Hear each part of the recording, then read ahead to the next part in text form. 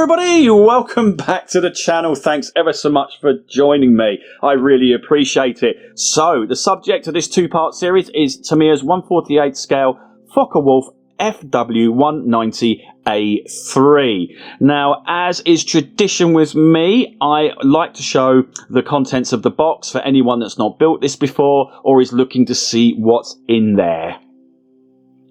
It is, as you can see, pretty standard fare there. 3 sprues or parts trees. A little colour call out there if you so choose to go with the box art.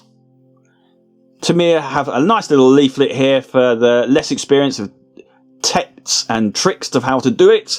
And of course the cool bit, which we all love, the decal sheet. Now I won't lie, I chose this kit for this particular decal set. I particularly like the Griffin or the Eagle or whatever it is that's on the side of that. There are a absolute plethora of different paint jobs, different theatres that this aircraft served in, so pick your poison, go with whatever you like. These are really quite well printed decals. And as clearly shown there, they're from 1994 vintage, which I believe is when this kit came out. The instruction sheet, yes, we do use instructions. Nice and simple, pull out like so. It is a simple kit, to be totally honest with you. And the item number is 61037 for anyone particularly wanting that information. Okay, without further ado, I'm just showing here that I use Mr. Color Leveling Thinner 400. I'm going to try throughout this build to show what I use for the less experienced or people that just want to know and find it easier. So I'm not always going to verbally say it, but where I can, I will show it. Okay, it's not perfect, I can't lie. So just pointing out some various different parts that will be involved in the cockpit tub construction. Now for the cockpit tub, I painted everything on the sprue because I personally find it easier that way. Other people put them on cocktail sticks, etc. with plasticine or blue tack on there to attach the parts or the crocodile clips, etc. Whatever works for you, to each their own. And as you can see there from the instrument panel, the detail's actually pretty good for a 1/48 scale, quite small model, to be totally honest. So, without further ado, shall we paint it? So again, for those of us that are less experienced, when you're painting, just build up the layers really slowly. Don't go gun-ho, take your time, less is more, and I will say that quite a lot throughout this build. I cannot stress enough, less is more. If you haven't got enough, you can always add. It is a pain in the neck to take away a lot of the time. So just take your time. Don't get too enthusiastic with it. So as I've previously said, I just go about painting up the rest of the parts whilst they're on the sprue. So next up is RLM Grey XF22 by Tamiya. And that is just to do the base of the cockpit tub. I masked that up. That took me a little while to do, I won't lie on that one. And also the cockpit wall is in that colour as well. Now I have been the first to preach away that I don't understand why people paint things that you can't see. Again, that is not a criticism. If that is your vibe, more power to you. I don't usually do that. However, I decided with this build, I would just do that. Just for something different and also to help improve my skills.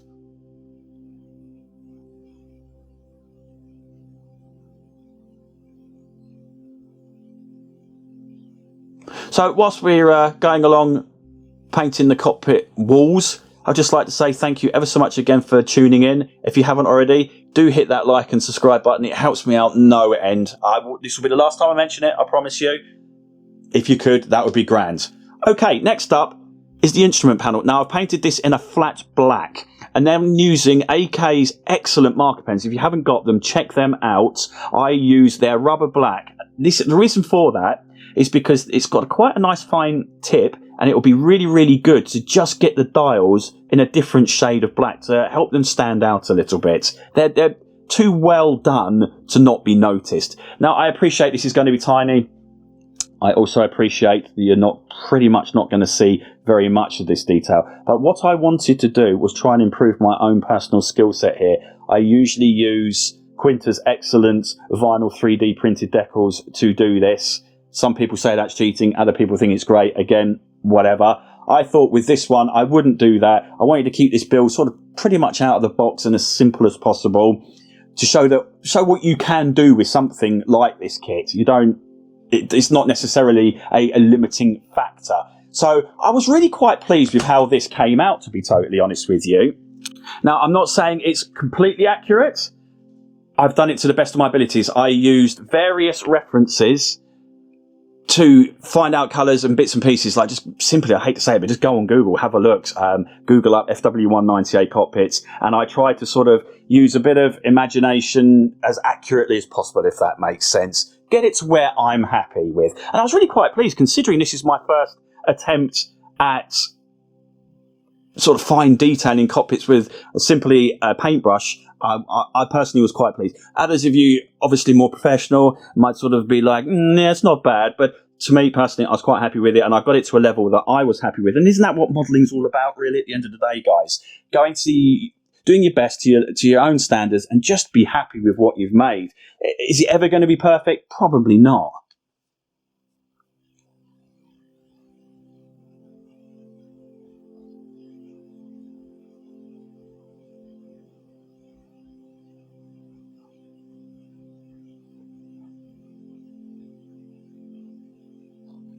Like I say, I did use references, so I tried to get this as accurate as possible. I think that's what I'm trying to say. I got this as accurate as I could, but again, I'm not going to lose any sleep over it if it's not 100% to the rivet exact. Those of you that prefer that, more power to you, fair play. It's just not my personal vibe.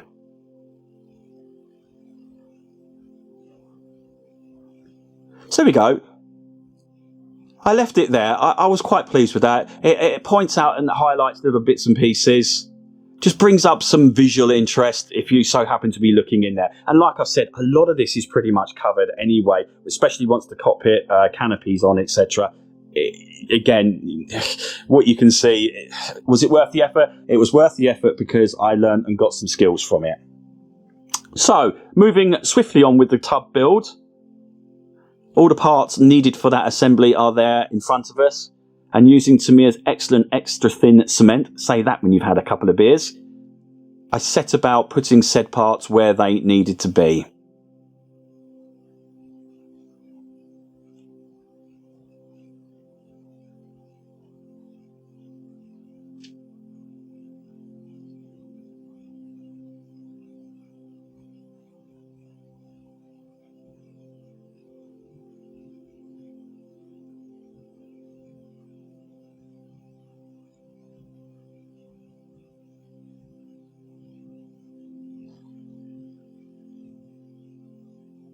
Now, I appreciate this is probably not the most exciting piece of video you've seen in your entire lifetime. So, for your viewing pleasure, because I do care, I have sped this up for you all.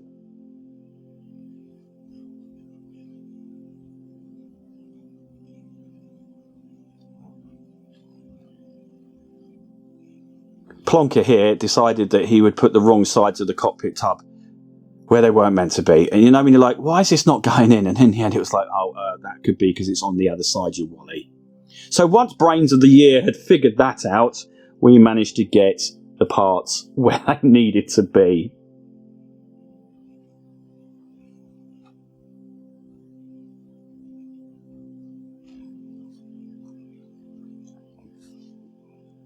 Now for the colouring, or the paints used, should we say, for this cockpit tub, I basically just followed it from the kit instructions, and I've pretty much done that throughout the whole build, to be honest with you. I want it to be out of the box, so for the less experienced, that just means basically follow the instructions, not necessarily go to outside references and change this, that, and the other. I thought I'd keep it simple, like I did again with the Tamiya Zero that was in one of my other videos. Just a cheeky little plug there, thanks very much. If you haven't watched it, why haven't you? Go and watch it, obviously after you've watched this. Thank you very much. So I kind of just followed their references. Again, if it's not entirely the most accurate thing in the world, it is what it is. So Tamiya's panel line accenter in black was used next. Now, the reason for this, again, for the less experienced, and I'm going to stop saying for the less experienced, otherwise you might get a complex. So the reason we're using this is what it does is it follows all the little recesses, etc., etc. Now, I know this is a 3D kit, obviously, but it just makes it stand a little bit. You know, it highlights, it makes things stand out that maybe wouldn't due to maybe the flat paint, etc., etc. I will admit I've gone slightly overboard in this section, but the good thing about this stuff is it's very, very easy to remove. Voila, voila. So, getting rid of the excess, and this does dry to a matte colour mostly, so it won't look like the pilot's had an accident in his seat.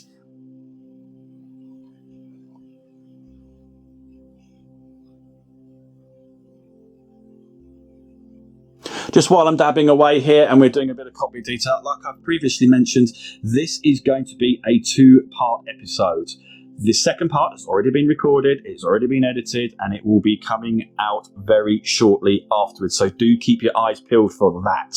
Also, in that second episode, I'll be doing something that I've not done before. I'm not going to tell you what that is. You'll have to watch it and find out. So what we are doing now is we're getting the 2 cockpit halves, goodness me, listen to me, the 2 fuselage halves together, using again Tamiya's excellent extra thin cement.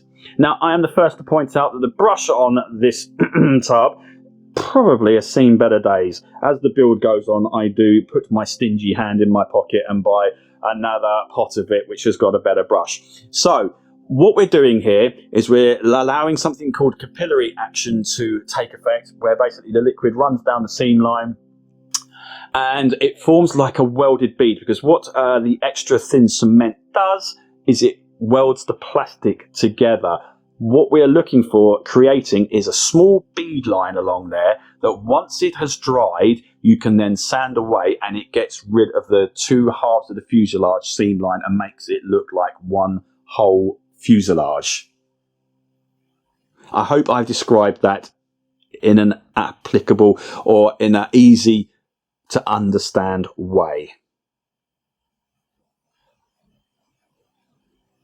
So I've sped this little bit up. We basically just work our way methodically around the fuselage. And the reason why I'm using tweezers here is because Tamiya extra thin cement is exactly what it says. It's extra thin and sometimes can run sort of where it's not meant to. And the last thing you need is getting a nice fingerprint in your fuselage before you've even got going. That can be bloody demoralising. Let me tell you, I have learnt the hard way. So those tweezers basically just pin the 2 halves together without basically causing any hassle with fingers holding it together, etc., and then getting a lovely fingerprint. I hope again that makes sense.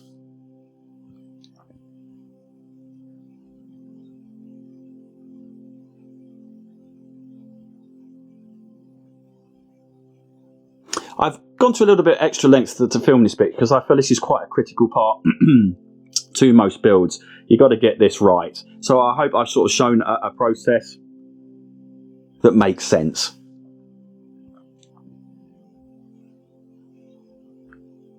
Okay, back to our cockpits.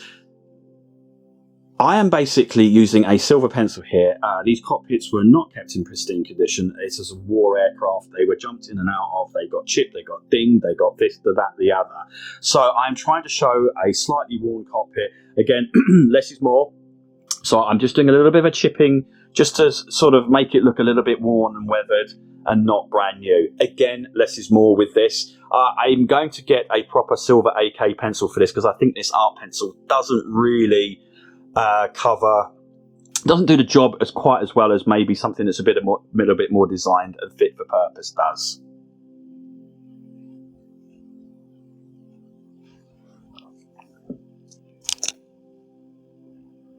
So we just work our way around the instrument panel. It does look a bit more stark than what it actually is in reality because we're very, very zoomed in here. It has a nice scale effect, should we say.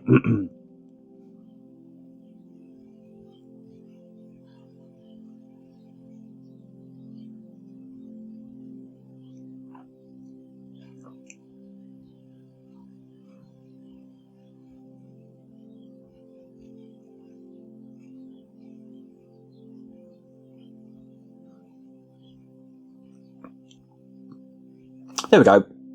I'm really pleased with that. Again, for something that is so small, I think the detailing has come out really, really well.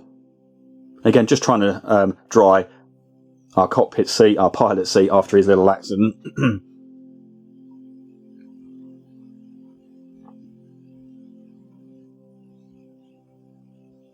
Okay, enough faffing around with the cockpit tub. Let's get that into position. As I say, it's unusual. Normally you glue your cockpit tub into one side of the fuselage halves, then marry up the fuselage halves. With this particular build, that wasn't the case. It was a case of clipping it into position. Now, Wally here, for some reason, I don't know why, maybe I just wasn't concentrating, etc., but I found it slightly more challenging than probably I would care to admit to get clipped in position. And I thought I would show that because a lot of videos and YouTube channels don't show when things don't go exactly incredibly smoothly. I like to keep it real, as they say. And yeah, you can see me sitting there going, why on earth is this not going into position? It's because that leading bit there needed to clip in. It did eventually do so, and we got some glue in there, and we moved swiftly on, denying all knowledge that we struggled with it. There we go. At long last, cockpit tub in position, happy days. So, bit of a change now. Onto the radial engine. I was really impressed with the detail of this. Now, you can obviously go on to hyper detail things, and that's something I want to bring into my arsenal of knowledge. I've watched a lot of videos on it. You use thin copper wire and super glue it, etc. That is something that I want to progress onto as time goes by. There's a nice little sort of PVC bung that goes in there, and to me, I've been really good with that. Been really good with that, because basically what you do is you pop that in there like so, and then later on down the build you simply push the propeller into that and it spins. It's really, really good. There's no none of this like there was with the A6 where you had to put like a piece of plastic on the end of the main sort of tubing. I'm trying to make sense here, and then sometimes you glue it and it sticks to the bulkhead and then the propeller won't spin. This is a really cool idea. I hope I've made sense there. Using semi-gloss black, as is called out just then, giving this a nice coat, keeping it nice and thin to keep the detail there, of course.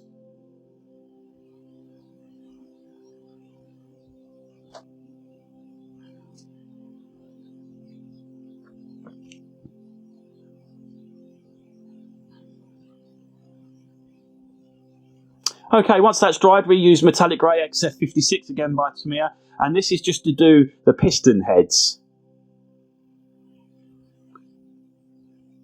We could leave it just looking black there, because to be honest with you, 90% of it's covered up, but I thought, you know what, let's just bring out a little bit of detail here. And again, I've tried to keep this sort of a light layer because I really didn't want to drown out the detail that was in there, and I certainly wasn't going to mask all of this off to then spray the silver on to keep the detail. I mean, absolutely no thanks very much on that.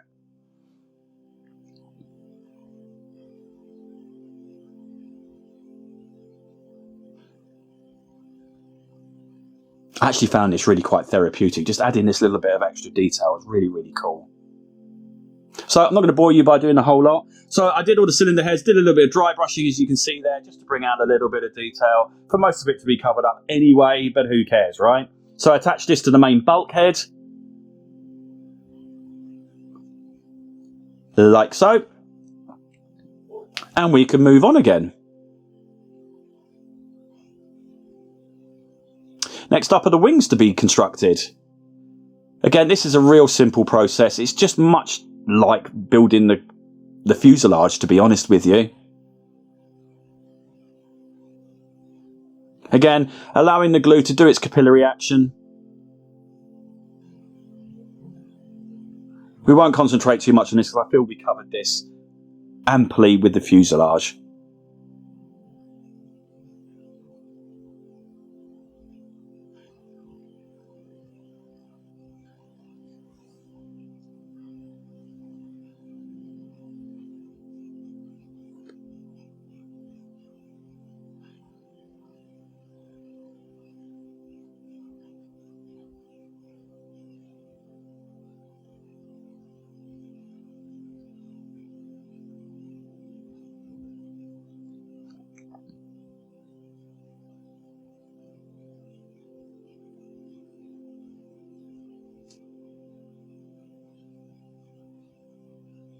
Okay, with the wings put together, it's time to marry up that sub-assembly with the main fuselage. Now, I had a real pain with this when I did this with the A60, so I was a little bit apprehensive as to how well would this go, how good the fit was going to be, because if you remember with that one, we had two whopping great seams between the wings and the main fuselage. Fortunately, and I'm happy to report this, was not the case with this kit. So Tamiya, you're back in my good books now. This is all going together nice and methodically. Just work your way around. Again, like we have done with all the other bits of construction. Don't rush it. It all goes together nicely. And no complaints from me, most of all.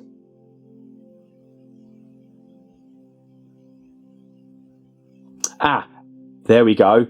And that is what I was on about, with a little bit of glue that comes out and you getting a thumbprint on it. I just stopped short of that, but trust me, I had to sand that. So there is a case in point.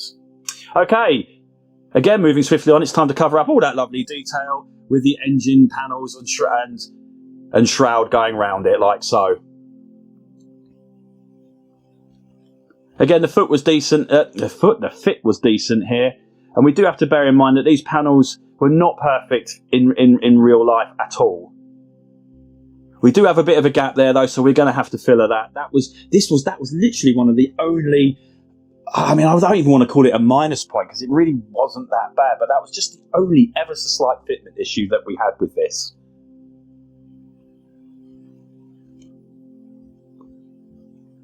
Just to change the theme a little bit, I thought I would just bring out some of the details in the area behind the cockpit. Again, most of this is going to be covered up anyhow, but for complete sake, I just thought I'd do that. And I quite like doing this process, sort of weathering and chipping bits and pieces. I don't know why, but I just do. I think it's sort of... Actually, I do know why. It brings it all to life for me.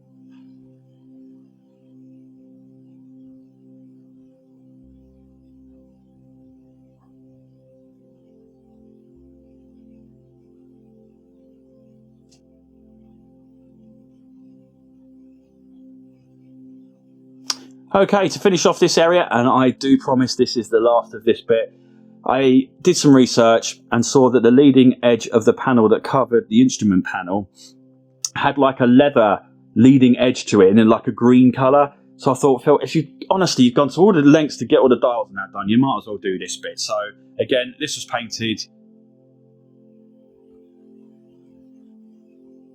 and I was happy with it. I can leave it alone now. So, moving on to getting the cockpit canopy and the glass, I say glass, but the clear plastic in situ. Now, I always use PVA glue for this. The reason being is it's less harsh. There's no chance of fogging up your clear plastic parts with this that you can sometimes get with using normal glues there. Again, for the less experienced, give this a go. It's up to you, but I find this really works well. It does, obviously, the only drawback from this is it takes a good while longer for it to dry, but you will not get fogging. So it's a nice dry fit here, just to see what's occurring. And whilst doing this dry fit, I did notice that maybe something was not quite right here.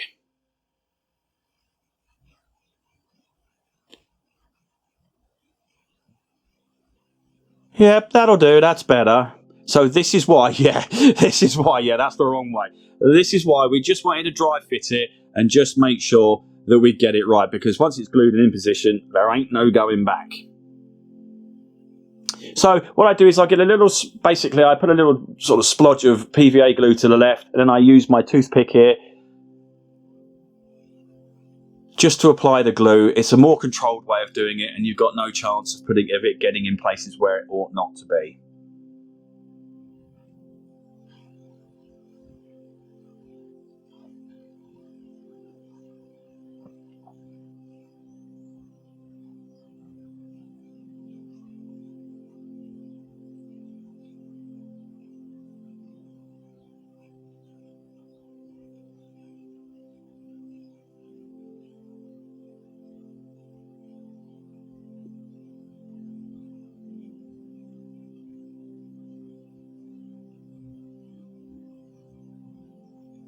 There we go, she's starting to look like an FW190 at long last.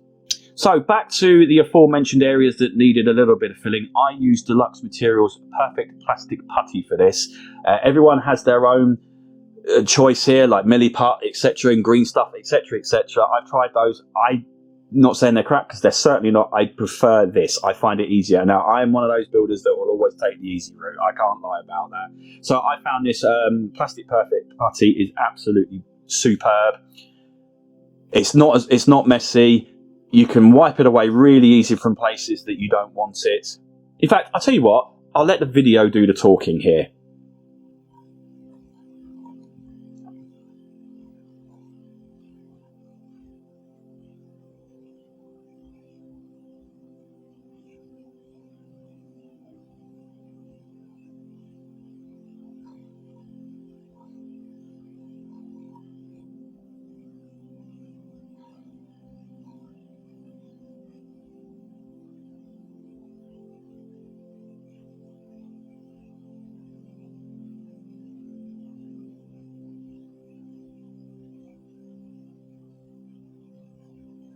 Now, if you do have bigger seams or cracks or gaps to fill, this may not be your weapon of choice. Then maybe you would want to think about Milliput or two-part epoxy resins and things like that. But for your smaller, more standard seams, gaps, bits and pieces like this stuff, I cannot recommend it enough.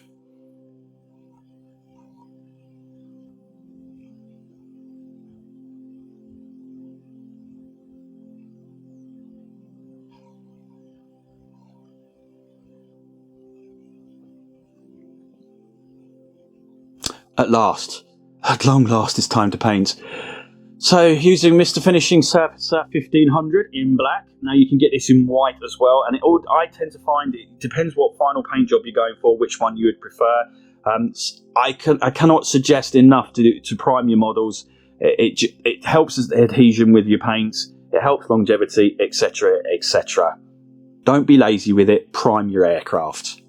So again, as with all painting, and primer is actually a really forgiving paint, to be totally honest with you. Just slowly build up the layers. It shows all your imperfections, if there are any. It shows anything that sort of maybe need filling or any things that need sanding. Fortunately, this was not the case with this. But it is a great key, basically, for your paint to adhere to.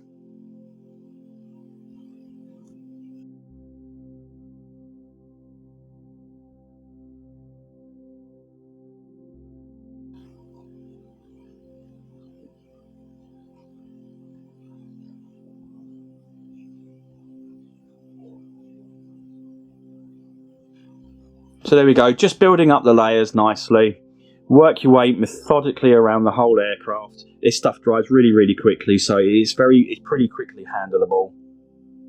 And now it's time for our camouflage. So RLM76 light blue is what the colour of the belly and underwings of our FW190 are. Again, do your research with this. The colours are called out in the kit anyway, but if you're going on a different scheme, etc., etc., take your time, find out which ones are correct.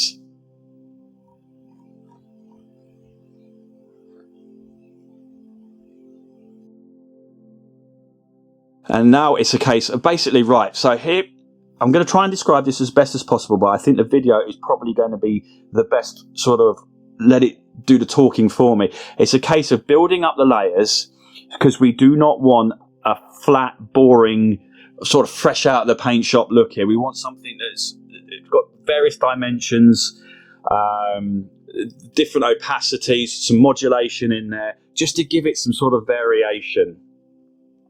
So this is what I'm doing. I'm just basically going around in a non-standard way, just mottling, building it up, just believe me, this took so long to do, but it is so worth it in the end. Pop a podcast on, listen to one of my YouTube videos, do whatever makes you happy. Just take your time with this part, build it up, and you will see as this video goes on that the end result is so worth it.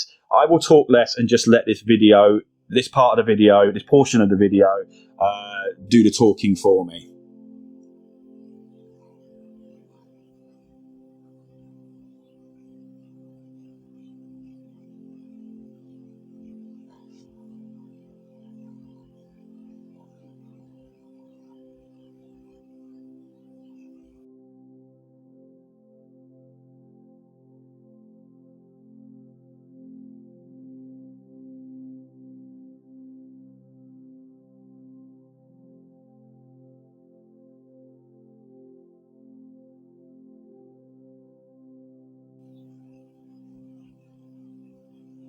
So, a few moments later, so there we go. I've got one half of it done. Like I say, this does take a bit of time, but I think the final effect is really, really worth it. As you can see there, it's not finished yet, but we need to go through a few more layers here, slowly build it up. But as you can see, you are getting this modulated effect. And we also did the same, obviously, with the side of the fuselage. There's no point having an effect on one part and not the other. Again, just going with the not new, fresh out of the factory look. Take your time with this. Stop, take a step back, view from a distance, view it close up. Just go and do this until you're happy with the end result, is what I'm trying to say.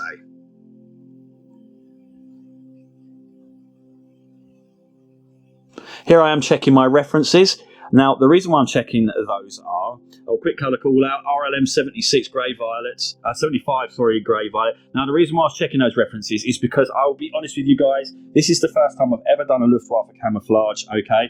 I was actually quite anxious doing this because I've never done it before, so I actually used a pencil to do the outline of where the camouflage needed to be. I appreciate there's probably some people laughing at me here, but hey, it worked for me. Okay, so I was just using those references to draw the line, to get the linear line. Now, I'm showing you the best of my video footage from this because, trust me, this was so trial and error. There was a lot of error in here. I never got to the point where I had to start again, but believe you me, this didn't go perfectly from the get-go. In fact, this bit of video footage is also, it's not perfect in here, but it's a case of low pressure and slightly more thinned paints. There are loads of videos out there to describe how to get close up like this. And I just did my best, basically, just to try and replicate it. Now, obviously, in real life, these aircraft, there are slightly different variations. There's no massively right or wrong answer to this. I tried to get it as near to as possible. And something I'd like to point out to any of you that are new and haven't done a Luftwaffe scheme before, and I didn't know this until I watched another YouTube channel, and the chap there pointed out, these schemes look messed up, stupid and weird and very sparse until you start to put decals on. They just don't look right. And I kind of sat there watching his channel thinking, do you know what? The guy's absolutely right. I really struggled with this. I sort of got all the camo done and all this sort of mottled area done. And the amount of times I was just looking at it going, this just doesn't look right. And it wasn't until later on down the process that it dawned on me, hang on a second. Yeah, as the decals came on, it started to look better. And then when I saw this video, this guy saying this, I was like, yeah, you're entirely correct. So just carefully building up the layers here. Again, not building it up too quickly and just filling it in. Take your time and trust the process, I think, is what I'm trying to say here.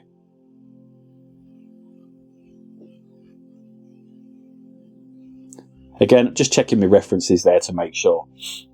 Okay, we've leapt forward quite a bit here now. I've done all the camouflage, and what I'm doing is adding a little bit of white to the original colour of the underside. And as I'm pointing out here, I'm going to sort of semi-highlight some areas. And this, again, is to add modulation and variation to the paint that's already there. And I feel, again, I think only the video is going to describe the sort of effect that I'm trying to get better than I can in words.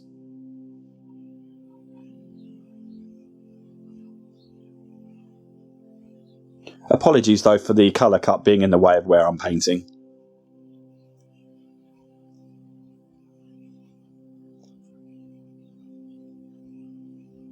And I know you're looking at the screen right now going, there's absolutely no difference here, dude. Trust me, in reality there is, and as this video sort of goes on, you will see that it actually does all come together.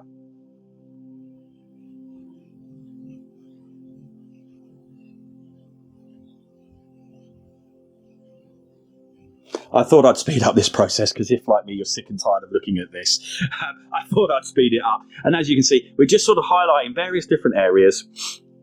I keep going on like a broken record here. It's just highlighting different areas, and you'll see it starts to just build up a different variation to the blue here.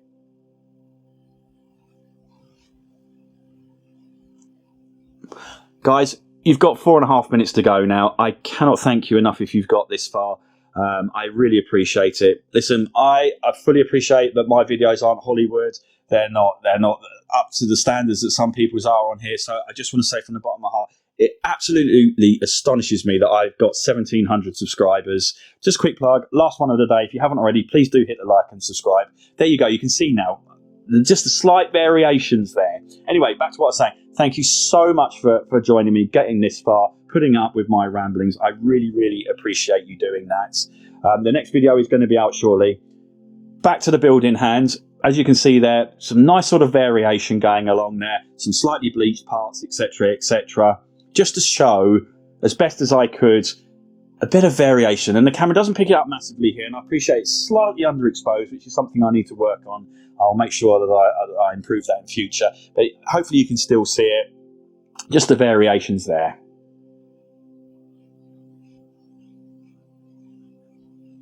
And of course, not to be outdone, we do this to the top as well. So the grey violet gets a little bit of white in there, just to slightly lighten it.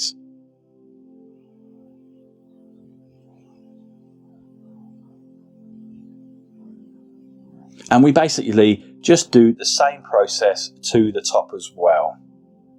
I won't drag this bit out too long, because I think you get the idea now.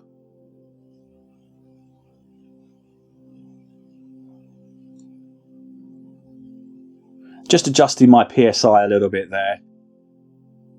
And then, of course, out it comes flying out. But again, because it's just so light, I wasn't too fussed. It doesn't have to be neat, perfect and tidy.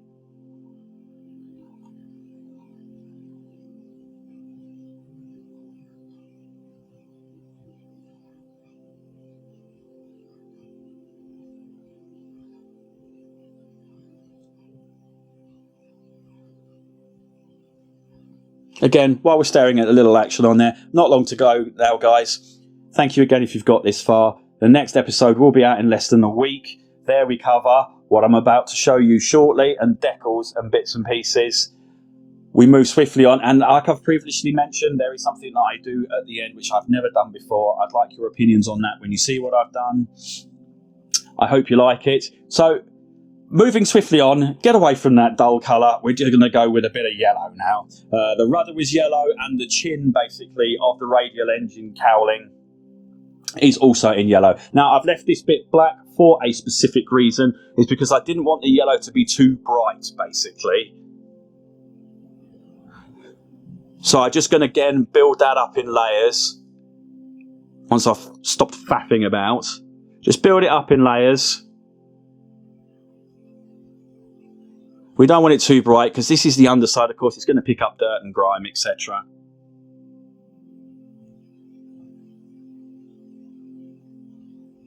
I've just sped this process up for you.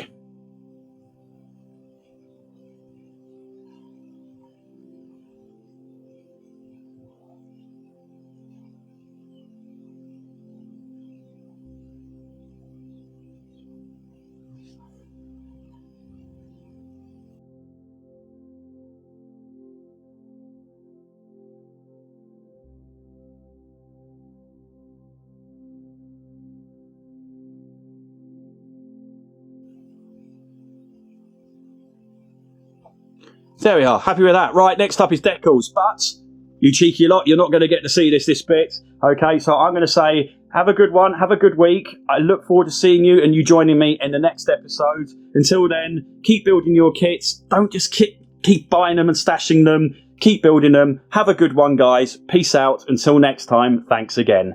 Bye-bye.